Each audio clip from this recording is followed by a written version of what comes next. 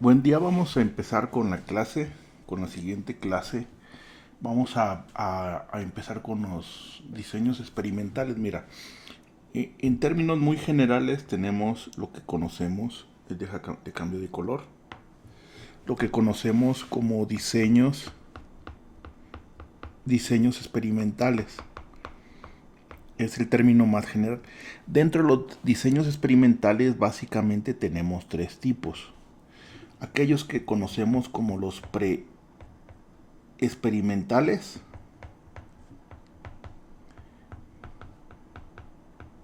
los cuasi o casi experimentales y los experimentales completos, o algunos le llaman verdaderos o verdaderos, ¿no? Bueno, no lleva coma aquí porque no es un número, así, ¿no? Entonces tenemos tres. Dentro de... y estos son los más sencillos. Estos que están aquí son más sencillos, estos son los más complejos. Nosotros vamos a hacer un experimento completo o verdadero. Sin embargo, es necesario ver los preexperimentales y los cuasi experimentales, aunque sea así de forma rápida. Los vamos a ver. ¿Cómo lo voy a abordar? Voy a ver un ejemplo, lo voy a resolver a mano y después lo voy a resolver en software. Este, ¿Por qué? Porque eso nos va a permitir entender qué hace el software internamente, cómo trabaja y entender un poquito el trasfondo matemático que hay del análisis estadístico, no nada más irnos al software, ¿no? Entonces, yo no pretendo que te aprendas a hacerlo manualmente, sino que al final vamos a utilizar el software y como una herramienta, ¿no? Esto nosotros lo usamos como una herramienta, pero siempre es bueno ver, aunque sea algunos ejemplos básicos de cómo se resolvería esto a mano. Lo podemos hacer literalmente a mano o como Excel, a través de Excel, ya que Excel tiene muchas funciones matemáticas, podemos hacerlo ahí directamente y no perdemos tiempo. Bueno, entonces vamos a empezar con estos preexperimentales.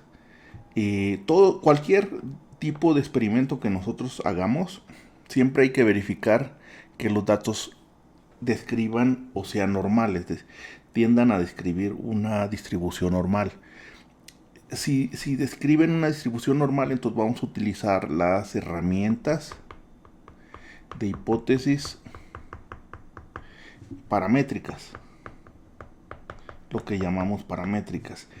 Y cuando no tiene una distribución no normal, supongamos, no sé, que el sesgo sea muy grande hacia un lado, hacia otro, o que tenga alguna distribución media rara, vamos a utilizar herramientas de hipótesis no paramétricas, ¿no? Entonces van a ser las no paramétricas. Hay varias, vamos a estar viendo conforme vayamos avanzando algunas de ellas. Algunas de ellas las vamos a resolver a mano y otras directamente en software, ¿no? Entonces, nosotros esperemos que cuando lleguemos a esto con nuestros datos, lo resolvamos con datos normales, que eso sería lo ideal, ¿va? Lo mejor que pudiera pasar. Esperemos, va. Generalmente así pasa, así que no vamos a tener problemas, pero bueno, vamos a ver la teoría. Entonces, vamos a ver los preexperimentales. De los preexperimentales, básicamente tenemos dos. Tenemos uno donde, por ejemplo, tenemos un grupo de análisis o un grupo de datos de análisis o muestras, ¿no? Animales, materiales, carros, personas, algo que estamos analizando un grupo. Generalmente en estos preexperimentales no se exige tanto, o sea que la elección de las muestras sean aleatorias y todo eso que vimos en la teoría, ¿no? No es tan exigente el método. Entonces pueden ser grupos incluso ya formados, en donde simplemente se nos asignan y nosotros no los elegimos. Y no hubo una elección aleatoria como idealmente debería ser. Entonces vamos a partir de un grupo, luego a ese grupo le vamos a hacer algo. Lo vamos a intervenir, le voy a llamar la X ahí donde ves la pantalla y después vamos a ver la medición.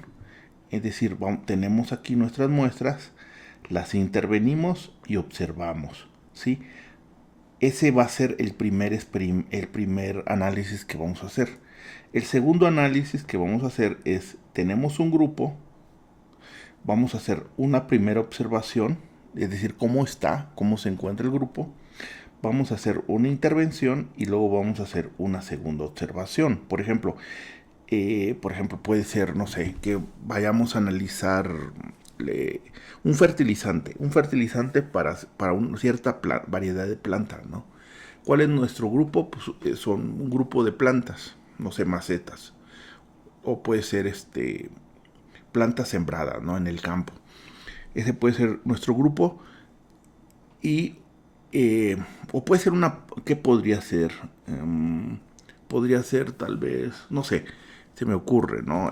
Estamos, eh, eh, vamos a analizar un medicamento para animales para matar las pulgas. Entonces hacemos una primera observación, cuántas pulgas tiene de alguna forma tendríamos que diseñar la herramienta de medición, cuántas pulgas hay, luego le aplicamos el medicamento y luego observamos cuántas pulgas hay al final. Y aquí lo que necesitamos ver si hay una diferencia entre los dos, entre la observación inicial y la observación final. Este sería el segundo. En el primer caso tenemos el grupo, no tenemos una observación, no tenemos, y intervenimos y luego observamos. ¿Cómo puede ser eso? Por ejemplo, yo tengo a ver, ¿cómo te diré? Tengo un grupo de carros y voy a probar un nuevo combustible. Entonces, le aplico el nuevo combustible y luego mido. Y voy a comparar esta medición contra alguna norma o contra algún estándar o contra alguna medición que ya existe. Por ejemplo, si la mejor gasolina aquí en México es la Magna y digamos, por dar un ejemplo, ¿no? Para cierta marca de carro se dice que 10 litros equivale a recorrer 100 kilómetros, por dar un ejemplo. Y yo vengo con una nueva, un nuevo combustible. Entonces, la idea es esta medición compararla contra lo que ya existe, contra ya mediciones existentes. Yo no la voy a hacer contra una norma, contra la experiencia, contra algo. Entonces yo esperaría que si yo uso un nuevo combustible, que ese combustible rindiera más. Es decir, el promedio de rendimiento sea superior a los 100 kilómetros que supuestamente rinde la Magna. Ese podría ser un ejemplo, ¿no? Vamos a ver el ejemplo. Entonces, estos son los preexperimentales. Los preexperimentales que vamos a abordar. Entonces, antes de abordar el preexperimental, pues tenemos que ver algunos conceptos. Ya vimos el primero, que es la normalidad en la clase anterior. La normalidad, básicamente, se trataba de que una de las técnicas es Kolmogorov, hay varias, ¿no? Pero Kolmogorov básicamente ponía la distribución normal teórica y luego comparaba contra la distribución normal real. Y entonces él decía, claro, en forma acumulada, yo aquí la estoy poniendo una distribución en campana de Gauss, ¿no? Entonces medía la diferencia entre el valor máximo, por ejemplo, la diferencia máxima de todos los datos, y la comparaba contra lo que él decía que tenía que ser máxima, dependiendo el tamaño de muestra y todo, ¿no? Y con eso ya podríamos nosotros decir si esos datos eran normales o no. Así como hay la de Kolmogorov, hay muchas, hay otras formas de verlo, ¿no? Kolmogorov se sugiere que sea para muestras arriba de 50, aunque él dice que puede ser para cualquier tamaño de muestras. Y hay otras, por ejemplo, Shapiro-Wilk, que es para cualquier tamaño de muestra y dependiendo del software que vamos a utilizar. Hay un software que te voy a pedir que vayas descargando, que es gratis, que se llama Jamovi. Te metes, por ejemplo, al Google y le vas a poner aquí Jamovi, ¿no? Este es gratis, Jamovi, para que lo vayas instalando y te vas a jamovi.org y te descargas la versión de PC, la segunda. Puedes aplicarlo de forma, por ejemplo, aquí virtual, ¿no? Y aquí lo puedes poner, ¿no? Por ejemplo, yo por aquí tengo, te das de alta y sigues, y aquí está, ¿no? Este sería la de Jamovi. Este es un software. El software, por ejemplo, si yo tengo un grupo de datos, yo simplemente los vacío aquí. Aquí los voy vaciando. Voy a poner así nomás, 23. Vamos a poner que aquí sea 34. No, lo estoy poniendo así, 24. 33, ¿no? Y entonces aquí lo voy a poner, no sé, 27, ¿no? Y aquí me voy a análisis, me voy a la prueba T de student, por ejemplo, T de una muestra, ¿no? Y aquí yo paso a los datos. Aquí tengo que cambiarle, después te explico esto, ahorita no es importante. Nada más quiero que veas esto, prueba de T student, cualquier prueba. No importa la prueba que yo utilice, si todas tienen la prueba de normalidad. Y aquí le doy, ¿no? Y aquí está, mira. Es precisamente esta que está aquí. Esta que estoy señalando. Al darle clic hace todo lo que nosotros hicimos. Pero aquí lo va a resolver a través de un algoritmo que es una prueba de hipótesis de Shapiro-Wilk. No, nosotros lo resolvimos con la prueba de hipótesis de Kolmogorov. Y aquí está el p-valor. Este es el que nos interesa, es el área bajo la curva. Si es menor que 0.05, se cumple la alternativa. En una prueba de normalidad, recordemos, la prueba nula es que los datos son normales. Y la hipótesis nula, la hipótesis alternativa es que no son normales.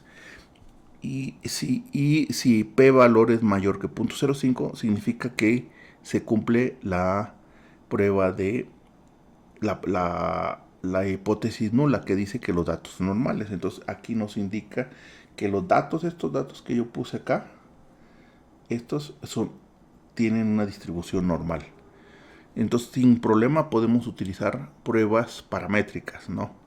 Pruebas paramétricas. Entonces voy a plantear un problema que no lo voy a resolver ahorita. Lo que quiero es enseñarte la primera distribución que vamos a ver, o dos distribuciones que vamos a ver, para repasarlas. Entonces me voy a ir, no voy a resolver, pero voy a dejarlo planteado para la siguiente clase. Voy a abrir que ya lo hemos visto, diseño preexperimentales, ¿no? Para recordar, vamos a recordar un poco. Entonces, los diseños preexperimentales, es diseño de un solo grupo cuyo grado de control es mínimo, es decir, no nos exige como nos exigirían ya diseños cuasi experimentales o verdaderos, ¿no? Tenemos dos casos. El estudio de caso con una sola medición. Aquí tenemos G. La G significa el grupo. La X, la intervención, es decir, lo que vayamos a hacer al proceso. Y la O es la medición de lo que nos interesa. Y esta O sería una posprueba. Entonces sería un grupo con posprueba, ¿no? Y tenemos el otro caso donde tenemos el grupo, tenemos una preprueba, es decir, una observación previa a lo que le vayamos a hacer con la X, y luego una posprueba, que es la observación 2, es la medición. Y aquí lo que queremos es comparar cómo estaba antes y cómo estaba después. Si hay una diferencia significativa entre los dos, significa que sí afectó la intervención. Si no hay diferencia, es que no afectó. Para eso hay que hacer una prueba de hipótesis, que es lo que voy a plantear hoy en la teoría. Y ya la próxima lo resolvemos a mano y luego con el software, con el Jamovi, ¿no? Para que lo vayas descargando. Entonces, los diseños preexperimentales son un tipo de diseño de investigación que se utilizan para explorar relaciones entre variables aunque tienen un menor control sobre los factores externos y las variables extrañas. Son útiles en estudios exploratorios o cuando es difícil establecer un control total, pero no permiten establecer causalidad, es decir, qué lo ocasionó, con el mismo nivel de confianza que los diseños experimentales, cuasi experimentales o experimentales completos, ¿no?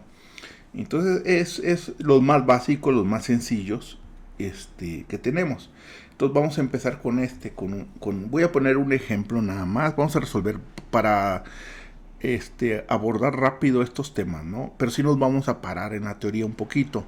¿Por qué? Porque la teoría nos va para empezar aclarar los términos y más adelante simplemente mencionarlos y ya no explicarlos, ¿no? Entonces me voy a estar deteniendo en los términos. Por ejemplo, en la pasada pues ya hablamos de normalidad y un solo caso. Hay varias pruebas, nada más vimos un caso. Pero para que te des una idea, ¿no? Básicamente las pruebas de normalidad comparan la curva experimental contra la curva teórica. Y Kolmogorov usó un método, Shapiro usa otro método, pero más o menos esa es la idea en general de todos, ¿no? Entonces vamos a ver el diseño de un solo grupo. Tenemos la G, un grupo, puede ser un salón de clase, puede ser un grupo de vacas, de animales, de personas, puede ser un proceso, procesos, puede ser muchas cosas, ¿no? En muchas áreas de la ciencia, de la ingeniería. Y únicamente le vamos a hacer una intervención.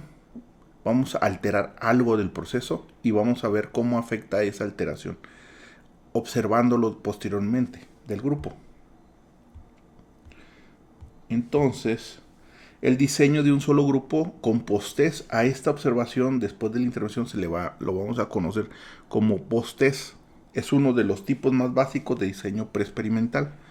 Se caracteriza por su simplicidad y se utiliza principalmente en estudios exploratorios o en situaciones donde es difícil o imposible implementar controles más rigurosos, ¿no? Es simplemente para hacer un exploratorio o por ejemplo, vamos a suponer, ¿no? Tú llegas a una gasolinería o a una gasolinera o gasolinería, creo que es gasolinera, se dice, es lo correcto. Tú llegas y te dan, tú compras 20 litros, pero resulta que no te dieron 20 litros, te dieron 19.6. Entonces tú puedes ir con el gerente o con el policía y decir, oye, me robó porque me dio 19.6 y debió de haber vendido 20. Bueno, esa explicación es una explicación numérica.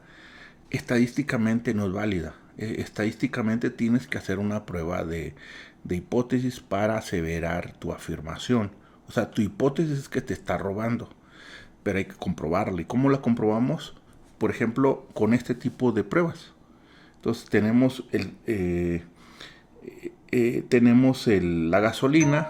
Para eso hay que hacer un muestreo, hay que hacer, no sé, 10 mediciones, medirla y demostrar con una confianza del 95% que lo que te está vendiendo equivale estadísticamente a 20 litros. O sea, aunque numéricamente, aparentemente tú mides y te da 19.6, eso realmente es numérico, es una comprobación numérica.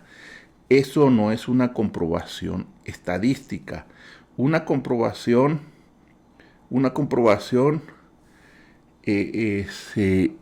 estadística es hacer una prueba de hipótesis. Y para hacer una prueba de hipótesis tienes que generar un grupo de datos. ¿Cómo generar esos 10 grupos de datos? Tendrías tú que llegar a la gasolinera y que te sirviera, no sé, 10, 20, 30 veces en garrafones de 20 litros y medir cada uno de ellos.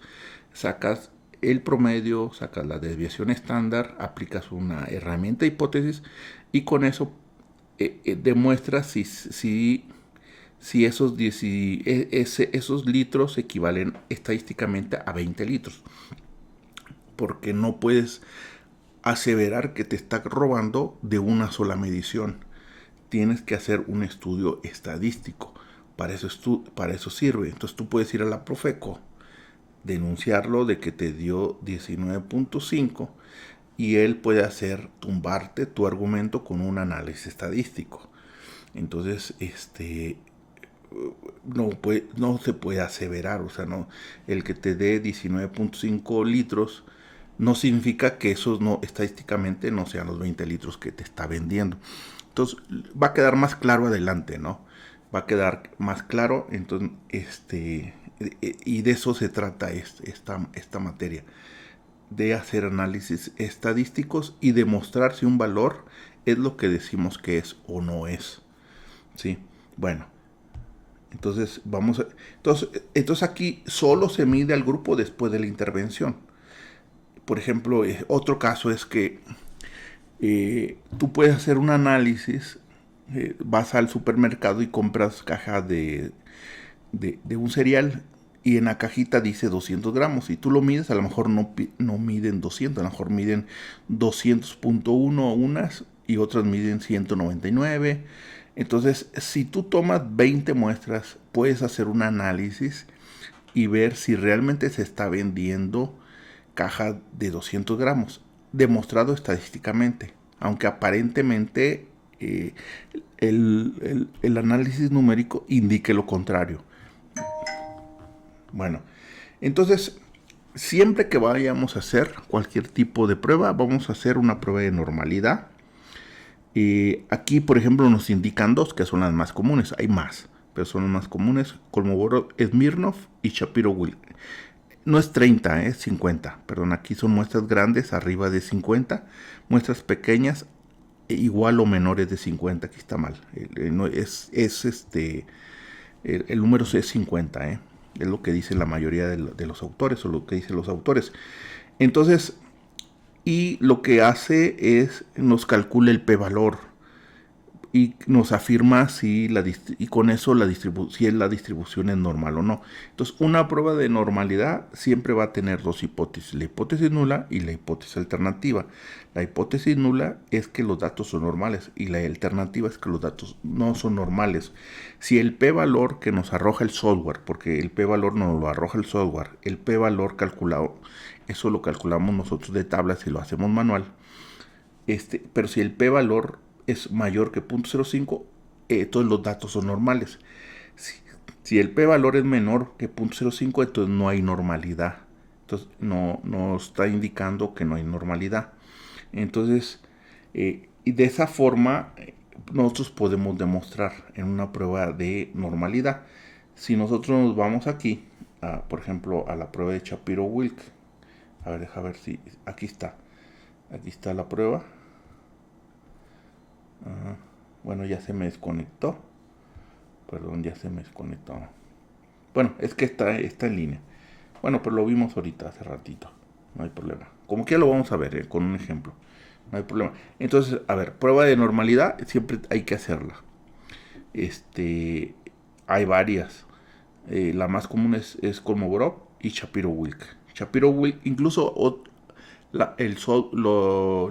Jamovi utiliza Shapiro-Wilk. ¿Por qué? Porque muchos autores dicen que Shapiro-Wilk no hay problema, si incluso la podemos utilizar arriba de muestras de 50 sin problema. Pero arriba de 30, los ingenieros dicen que ya la podemos considerar como normal, que a veces no es necesario hacer pruebas de normalidad. Por default se toma, pero bueno, hay que hacerla como de todas formas. ¿Cuáles son los pasos para la prueba de normalidad? Bueno, para cualquier prueba, es para cualquier prueba. El primer paso es se formula la hipótesis, ¿no? Para un caso de normalidad, bueno, la nula es que dice que los datos son normales y la alternativa es que los datos no son normales. El segundo paso es se establece el nivel de significancia. En ingeniería, el nivel de significancia es del 95%, o el alfa es igual al 5%, es decir, el 95% es con qué confianza nosotros vamos a afirmar si nuestra hipótesis se acepta o se rechaza. Eso, eso sería, ¿no? Si se acepta o se rechaza. Y posteriormente hay que utilizar establecer, una vez que formulamos la hipótesis, que, que establecimos el nivel de significancia, hay que seleccionar el estadístico de prueba. Para el caso de normalidad, pues hay varios, ¿no? Shapiro-Wilk, tenemos como Borop, y depende del software, hay que sujetarse al software.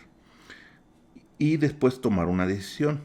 Si el p-valor que nos arroja el software es mayor que 0.05, que el nivel de significancia, aceptamos la hipótesis nula. Si ese p-valor es menor de 0.05, se rechaza la nula y se acepta la alternativa, ¿no? Y concluimos, damos una conclusión del asunto, si eso no es normal. Ahora, si los datos son normales, si se cumple el supuesto de normalidad, nosotros tenemos dos opciones para el caso de esta primera prueba, un preexperimental. Utilizamos la prueba, la Z, la prueba normal Z, o utilizamos la T-de-Student para estadística paramétrica. Para no paramétrica vamos a utilizar otras pruebas empíricas que se llaman, por ejemplo, la prueba de signos o la de Wilkinson, que depende del software es la disponible, ¿no? Por ejemplo, si nosotros aquí abrimos Jamovi, por ejemplo, Jamovi, ¿no? Que es la que vamos a estar utilizando mayor. Aquí tenemos para el preexperimental, vamos a tener dos opciones. Tenemos la prueba T de una muestra. Bueno, de hecho es la prueba de T de una muestra. Esa es la que vamos a utilizar. Y él nos dice que utilizamos la T-de-Student para paramétrica o rangos de Wilkinson. Este es para no paramétrica. Si abrimos Minita, por ejemplo, él sí nos da las dos opciones. Nos da tanto la de prueba de signos como de Wilkinson. Jamovi nada más nos da otra. Y si abrimos otro software, nos pueden dar esas dos o otra adicional. Entonces, porque no son las únicas, son las más comunes, pero no son las únicas. Lo ideal es siempre tratar de trabajar con datos normales, con esos datos que son normales. Eso es lo mejor que nosotros podemos. Ahora, ahorita voy a dedicarle un tiempo a la T-de-Student para más o menos introducirte en eso. Entonces, pero voy a dejar planteado un problema, ¿no? Entonces vamos a suponer, hay varios, aquí tengo varios problemas, ¿no? Digo, varios ejemplos.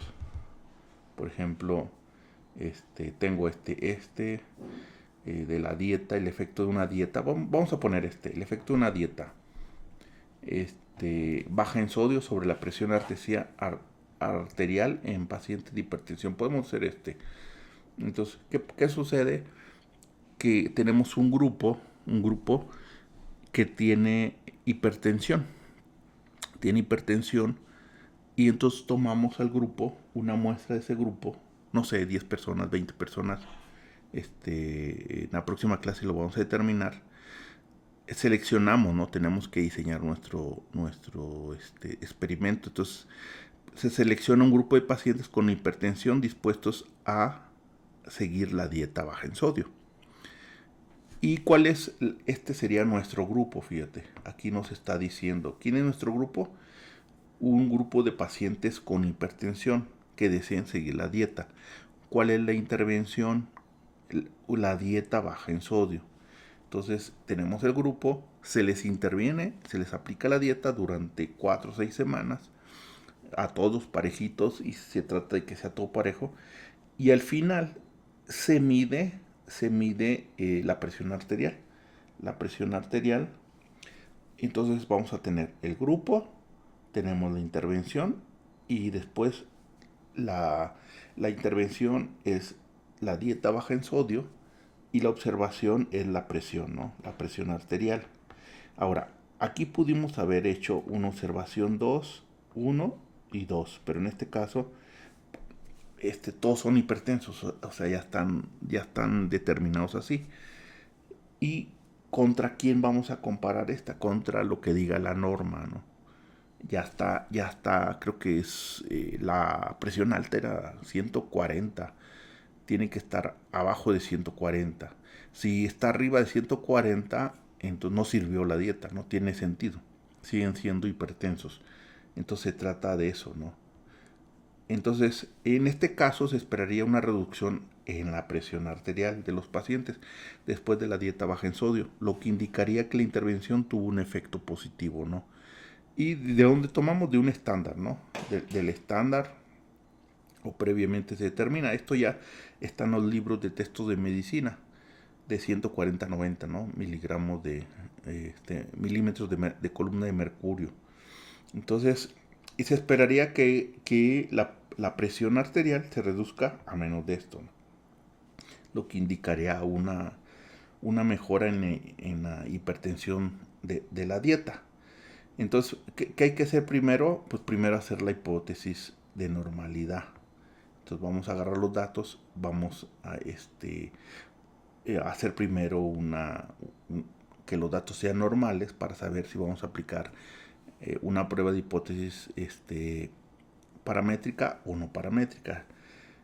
Entonces vamos a hacer la prueba de normalidad, y después que ya sepamos qué tipo de hipótesis vamos a probar, vamos a hacer la hipótesis, ¿no? Vamos a resolver el problema, pero siempre hay que hacer primero la prueba de normalidad. Bueno, lo dejo planteado, lo resolvemos. Recuerda, vamos a resolver el número 2, este 2, ¿no? Ese 2. Ahora, voy a terminar con introduciéndote lo que es la prueba T, la T de Student. La prueba T de Student fue desarrollada por un, creo que era un inglés, fue un inglés, y fue como una alternativa a la prueba normal, a la Z. ¿Por qué esto? Bueno, resulta, déjame cambiar de color, bueno, no se ve. Bueno, resulta, lo voy a poner aquí, que tenemos la prueba normal, en donde aquí en el eje X vamos a tener la Z, y donde la Z va a ser igual al valor X real menos el promedio entre la desviación estándar, ¿no? Y con eso hacemos una transformación. Pero resulta que la prueba Z únicamente funciona para el tamaño de muestras mayores de 30. Si tú usas la prueba Z o la prueba, la curva de Gauss en muestras menores o iguales de 30, los resultados no van a ser buenos y te va a mentir. Entonces, a alguien se le ocurrió hacer una modificación para ajustar para muestras pequeñas, menores de 30, y es la T de Student. Entonces vamos a tener la Z y luego vamos a tener la T de Student, que es un poquito más flaca, por decirlo así, ¿no? Y resulta que se puede demostrar se demuestra que la T de Student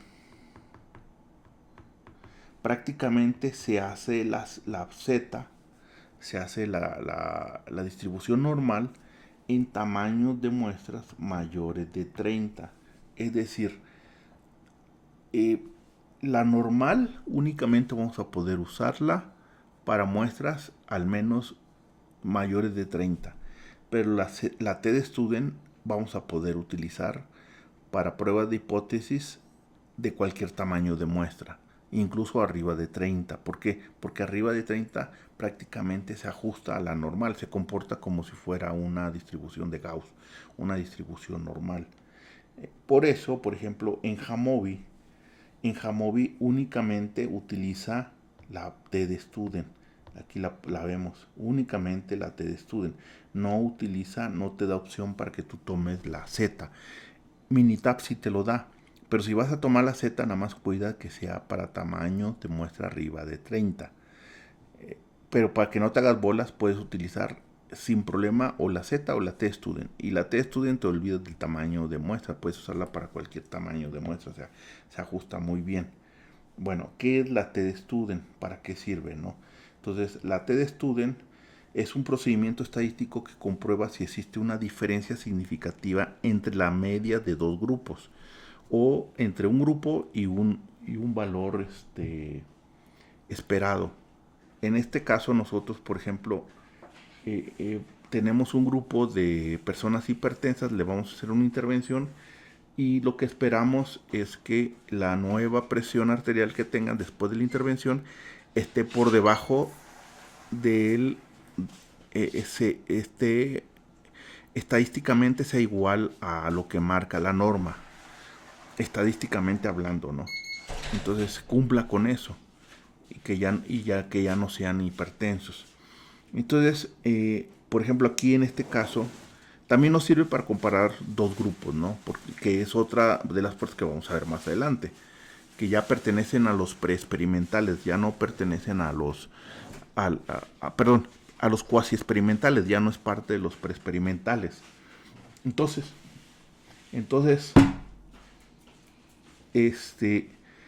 y por ejemplo aquí tenemos dos grupos que podrían ser, por ejemplo, pacientes que recibieron el fármaco A una vez y el fármaco B otra vez, ¿no? Y quiere saber si hay una diferencia en la tensión arterial entre esos dos grupos. Entonces, la prueba T-Student lo podemos usar para estudiar una sola muestra, como es este caso en particular, para estudiar dos muestras que son independientes o para estudiar una muestra antes y después de una intervención, que es el siguiente, ¿no? De lo que vamos a hacer. Entonces, por eso en Jamovi vemos precisamente estas tres pruebas T de una muestra, prueba T para muestras independientes y prueba T para muestras relacionadas. La prueba T de una muestra es lo que vamos a hacer ahorita. Tenemos un grupo, lo vamos a intervenir y vamos a ver cómo, si se modificó o no sus valores, si están dentro o no de cierto valor. Entonces la prueba de T de una muestra, cuando utilizamos la prueba de T de una muestra, utilizamos la prueba T de una muestra cuando queremos comparar la media de una muestra con una medida de referencia, que es lo que vamos a hacer. Vamos a comparar la media de los hipertensos después de la intervención contra un dato conocido, una referencia conocida, un estándar conocido. Este es el primer caso, el caso lo que llamamos intervención con postprueba. La primera tipo de prueba de los preexperimentales. Este es, ¿sí? Por ejemplo, un ejemplo, ¿no? Un fabricante de tabletas de chocolate afirma que sus tabletas de chocolate pesan 50 gramos. Aquí tenemos, ¿no? Unos van a pesar un poquito más, unos un poquito menos. Aunque aparentemente el valor promedio sea 48, y aparentemente hay una diferencia de 2 gramos, no podemos afirmar que no pesan 50 gramos. Tenemos que asignar una confianza para poder decir si realmente pesan o no estadísticamente 50 gramos. Numéricamente ahí aparentemente su valor es de 48 y si no supiéramos estadística diríamos no pesan los 50 que me están prometiendo. Si no pesan los 50 que se están prometiendo, porque eso es un análisis numérico, tenemos que aplicar una prueba de hipótesis para afirmar si está o no dentro del supuesto que el fabricante dice. O sea, no es nada más decirlo así, tenemos que demostrar que estadísticamente cumple con eso que él dice.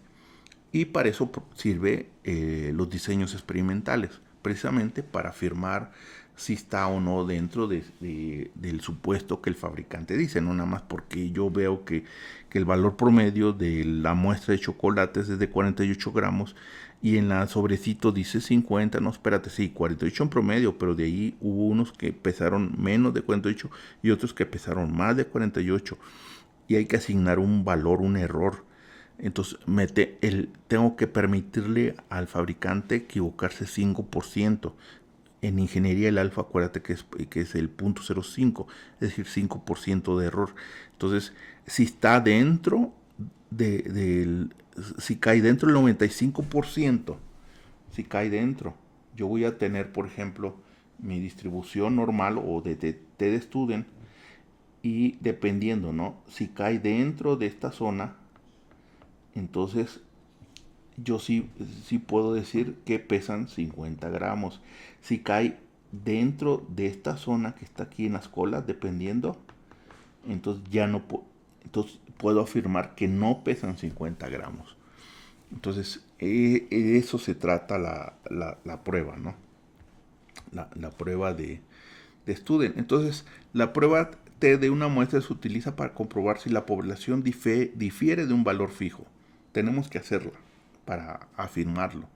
Por lo tanto, la pregunta es, ¿existen diferencias estadísticamente significativas entre la media de una muestra y el valor fijado? El valor fijado puede reflejar, por ejemplo, el porcentaje de población restante o un objetivo de calidad que se quiere controlar. Entonces, ejemplo, por ejemplo, en ciencias sociales, ¿no? Quieres averiguar si la percepción de la salud de los directivos de Canadá difiere de la del conjunto de la población. Para ello, preguntas a 50 directivos sobre su percepción de salud. O por ejemplo, un ejemplo técnico, quieres averiguar si los tornillos que produce tu empresa pesan realmente 10 gramos de media. Para comprobar, pesas 50 tornillos y comparas el peso real con el peso que debería tener. Y entonces ahí planteas tus hipótesis y analizas, y si el p-valor te sale arriba de 0.05 con una certeza del 95%, puedes decir que sí pesan lo que dices que pesan, 10 gramos. Pero si el p-valor del análisis te sale abajo de 0.05, con un 95% de certeza puedes afirmar de que no pesan los 10 gramos que ahí que te están vendiendo cosas que son diferentes al peso prometido. Un ejemplo médico, ¿no? Por ejemplo, una empresa farmacéutica promete que su nuevo medicamento reduce la tensión arterial 10 una presión de 10, una columna de 10 mililitros de mercurio en una semana. Y para averiguar si es correcto, comparas la reducción observada en la tensión arterial de 75 sujetos, ¿no? El 75 es una muestra del ejemplo, ¿no? De prueba con la reducción esperada, y tienes que hacer una T-de-Student o una Z, ¿no? Si son 75 podrías optar también por la Z, que es la normal. Entonces aquí vemos, ¿no? Por ejemplo, en una prueba T de una muestra, los datos deben proceder de una muestra aleatoria, tener escala métrica de media y una distribución normal o T-de-Student. Bueno, tiene que ser normal. Y entonces tú te vas a permitir el 5%. ¿Cuándo es cuando vas a utilizar dos colas? Cuando tú planteas, perdón, aquí me regresé. Dos colas es cuando tú planteas que tu hipótesis, cuando tú dices que tu hipótesis es el promedio medido es igual al promedio esperado. Es decir, la alternativa simplemente te dice que es diferente. Es decir, o es mayor o menor. Esto significa diferente o es mayor o menor. Y cuando tienes este planteamiento vas a utilizar la de dos colas. Aquí tienes dos colas. Y ya sea que caiga en esta cola o en esta cola, si cae aquí, entonces se rechaza la nula y se acepta la alternativa. Pero si caes aquí, entonces tienes que aceptar la nula. Tiene que caer aquí. ¿Sí? A veces te conviene que caiga aquí, a veces que caigan las colas. ¿Sí? Si tú eres el fabricante de las cajitas de cereal y dices que son de 200 gramos, pues a ti te interesa que caiga dentro del 95%, que no caigan las colas, porque si caen las colas significa que tienes un menos del 5% de que de que sea verdad lo que estás diciendo, contra el 95% de certeza. Y luego tienes las unilaterales, que puede ser a la derecha o puede ser a la izquierda. A la derecha vas a utilizar esta cola que está aquí, ¿sí? Y cuando usas esa cola, cuando planteas tu hipótesis nula, en donde planteas que el promedio esperado es mayor o igual al esperado, al medido sea mayor o igual al esperado. Y entonces, y el alternativo, por lo tanto, tiene que ser que el medido sea menor al esperado. Pero también puedes tener una cola del lado izquierdo. Y la cola del lado izquierdo lo vas a tener cuando... no, yo creo que te pongo otro ejemplo para ver este caso de las colas, para que quede más claro. Por ejemplo aquí, ¿no? Cuando el promedio que tú dices que tienes es menor o igual al esperado. Y el alternativo sería al revés, cuando el promedio sería mayor al esperado, ¿no? Como que lo volvemos a ver esto para que quede claro. Y cuando tú buscas en internet las tablas de la TED Student, por ejemplo, voy a buscar aquí las tablas, ¿no? Están en internet, tablas TED Student, que es el área bajo la curva. Por ejemplo, esta, ¿no? Esta, mira, esta. Siempre te va a dar la cola. La cola siempre te la va a dar hacia el lado derecho. Y los datos que te dé aquí van a ser positivos. Cuando tú necesites del lado izquierdo, es la misma, pero con el símbolo negativo. Es simplemente, no la vas a encontrar. Simplemente le pones el signo negativo, así por default, ¿no? Pero se salga de aquí. Mejor te pongo un ejemplo de esto, para que quede más claro lo de las colas, para que no vaya a haber problemas. En lugar del problema que te había dicho, ponemos, ponemos mejor. Bueno, aquí está, ¿no? Entonces vamos a tener bilaterales 5%, donde se reparte 2.5, 2.5 en la zona de rechazo. El 90, si cae dentro del 95 es zona de aceptación. Solo que acuérdate, el programa, estas colitas es 0.05. Si es mayor que 0.05, ya estás cayendo en esta zona. Entonces, por eso se dice que cuando, cuando el P valor que te da el software, que es el área bajo la curva, esta que está aquí, es mayor o igual 0.05, H0 se acepta, porque estarías en esta zona. Estarías en esta zona si fuera de cola hacia la derecha. Pero si el P valor que te da el software, el calculado, es menor que 0.05, ya estarías cayendo en la cola. Y en la cola es la zona de rechazo. Por eso es importante. Entonces, por eso se da en P valor, porque es simple, o sea, no tienes que hacer comparaciones, ¿no? Bueno, por lo tanto, si quieres saber si una muestra difiere de la población, tienes que calcular una prueba T de Student de una muestra. Sin embargo, antes de calcular la prueba T, hay que definir una pregunta y las hipótesis. Esto determina si hay que calcular una prueba T Student unilaterales o de dos colas bilaterales. Y de las unilaterales si va a ser a la derecha o a la izquierda. Lo voy a aclarar en la siguiente, ¿no? Con un ejemplo, no te preocupes. Entonces la pregunta te ayuda a definir el objetivo de investigación. En el caso de la T de una muestra, la pregunta es, para el caso de bilaterales, ¿existe una diferencia estadísticamente significativa entre el valor medio de la muestra y de la población? Y unilaterales, ¿es el valor medio de la muestra significativamente mayor si fuera a la derecha o menor si fuera cola a la izquierda que el valor medio de la población? Entonces depende si es mayor o menor. Aquí es diferente en el caso de bilaterales.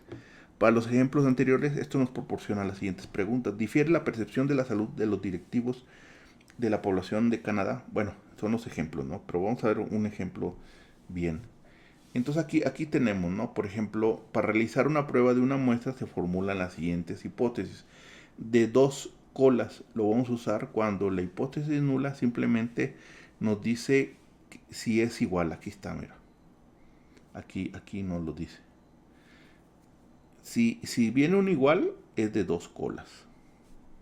Y si es igual la hipótesis nula, la alternativa es diferente. En dos colas se utiliza estos dos, no hay pierde. Y en una cola direccional, dependiendo, o utilizamos o utilizamos este. Si utilizamos entonces corresponde este con este. Y si utilizamos corresponde este con este. ¿Sí? Si utilizamos entonces la cola a la izquierda. Y si utilizamos es la cola a la derecha. ¿Sí?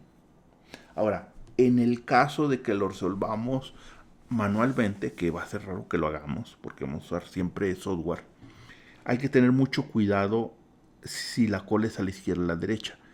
En el caso de software, como nos da el área bajo la curva, ahí no hay problema, porque siempre nos va a dar el área de forma positiva y simplemente vamos a ver si es mayor o menor que 0.05. Si es mayor, rechazamos la nula y aceptamos la alternativa. Si es menor que 0.05, rechazamos la nula, aceptamos la alternativa, perdón, y si es mayor, aceptamos la nula y por tanto la alternativa se ignora. ¿Sí? Y el software, cuando lo resolvemos por software, pues él tiene el algoritmo y él analiza esto internamente. Nosotros no tenemos que preocuparnos.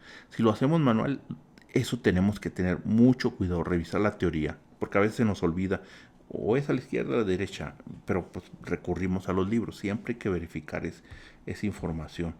Sí, aquí lo vemos, ¿no? El color verde es la zona de aceptación y si cae en lo rojo se rechaza, por eso, y lo rojo es el área de 0.05, en el caso que el alfa sea 0.5, en ingeniería siempre es 0.5. En medicina o en áreas donde se requiera la salud, generalmente usan el 1%, 0.01 o hasta menos, ¿no? O en medicamentos. Pero en medicina, en ingeniería manejamos aparatos, máquinas, donde no vamos a dañar ningún ser humano. Generalmente es de 0.05. En veterinaria, cuando manejan animales o en medicina humanos, generalmente es abajo es 0.01 o abajo de 0.01. ¿Sí? Entonces aquí está, ¿no? Entonces este es de dos colas. Entonces aquí está, ¿no? Entonces el área es la zona de rechazo. Y el rojo es el p-valor. El p-valor, bueno, el rojo es es el alfa. El alfa, que es 0.05, es el área. Bajo la curva, todo el área vale 1. La zona verde vale 95, que es el 95%, y la roja el 5%. Si es de dos colas, se reparte entre dos. Si es de una cola, una de las colas vale 0.05. Y lo que calculamos es el área, ¿no? El área final de esta área. Si entramos en la zona verde, básicamente, ¿no? Eso es lo que hacemos. Entonces, entonces para calcular, ¿cómo se calcula una prueba T? Primero se necesita el valor T. El valor T, para calcular el valor T necesitamos dos valores. En primer lugar, necesitamos la diferencia de las medias. Y en segundo lugar, necesitamos la desviación típica de la media o error típico, ¿no? Es decir, estos dos, ¿no? Estos dos necesitamos. Aquí tenemos la desviación típica, aquí el número de muestra, la media muestral y el valor de referencia, el que estamos buscando. Este es el de la X testada, es el de la muestra que estamos analizando. Y este es el valor esperado. ¿Sí?